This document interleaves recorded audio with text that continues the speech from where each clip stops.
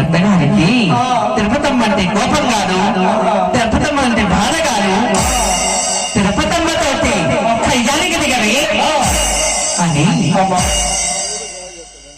ఆయమ్మ ఈ అమ్మ అనగాని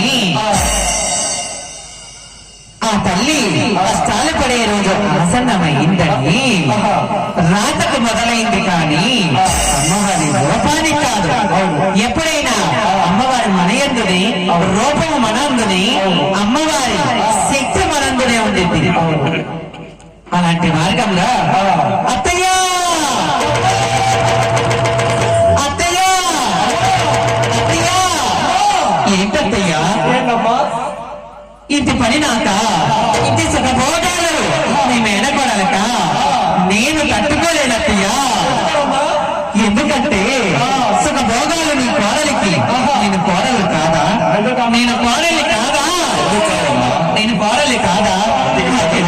మరి లాంటి బాధలు ఎందుకత్తయ్య ఇంత చాకిరి?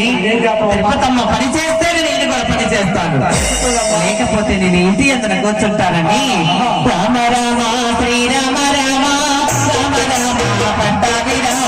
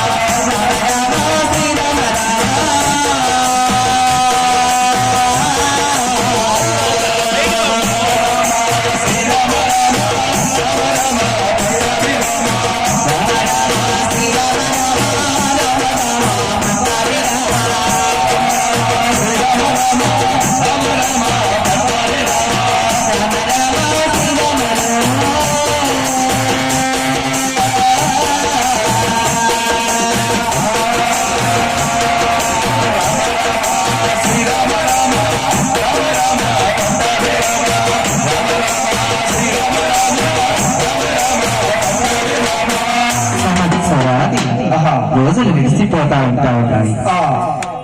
ఇదే విధంగాను అదే పిల్లగాడి చిత్రుని చదువు తాండవం చేస్తా ఉంటా ఉంది. ఏ గుంట ఎందన చూసినా, ఏ బాగు ఎందన చూసినా, ఏ పంట ఎందన చూసినా వెండిపోయి ఉంటా ఉన్నాము. లక్ష్మీ తిరుపతమ్మ ఇంటి నుంచి వచ్చేటప్పుడు గోవు ఆ గంగి గోవు వేలాది గోవులు చేసిందంట. ఒక్క గంగి గోవు వేలాది గంగి గోవులు చేస్తే పెద్దల సంవత్సరమందున ఆ గోపయ్య స్వామి నచ్చగడంలో కూర్చొని అన్నయ్య అన్నయ్య అన్నయ్య హరే మన గ్రామమందున కరువు తాండవం చేస్తా ఉంటాం.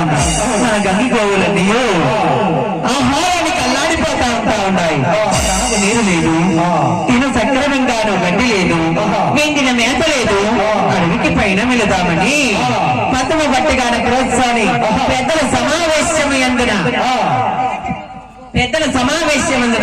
నిర్ణయం తీసుకొని ఏ విధంగా ఆ సిరిగల్ల గోపల్లి ఇంటికి వస్తున్నాడంటే ప్రభుత్వమ్మ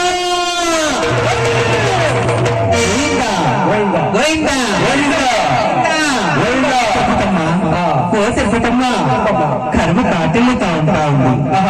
ఎప్పుడా ఎదురు చూసిన వానలు ఏ రోజుకో లేవు. అర్థమవుతుందా? ఏ రోజుకో లేవు. గోవులు తీసుకొని అడవికి పైన వెళుతుంటా ఉన్నాము. నాదా నన్ను విడిచిపెట్టి వెళ్తున్నావా? నన్ను విడిచిపెట్టి వెళ్తున్నావా? యోగక్షేమాలు చేర్చుకొని ఆ తిరుగుతామ్మా. నాదా నాదా నాకు ఒకటే ఒక కోరికగా ఉంటా ఉంది, తీర్చగలవా? నేను గంగి గోవులు పాదసేవ చేసుకొని నీకు ఎదురొచ్చి ప్రయాణం సాగిస్తానంటూ అమ్మవారు రామ రామ శ్రీరామ రామ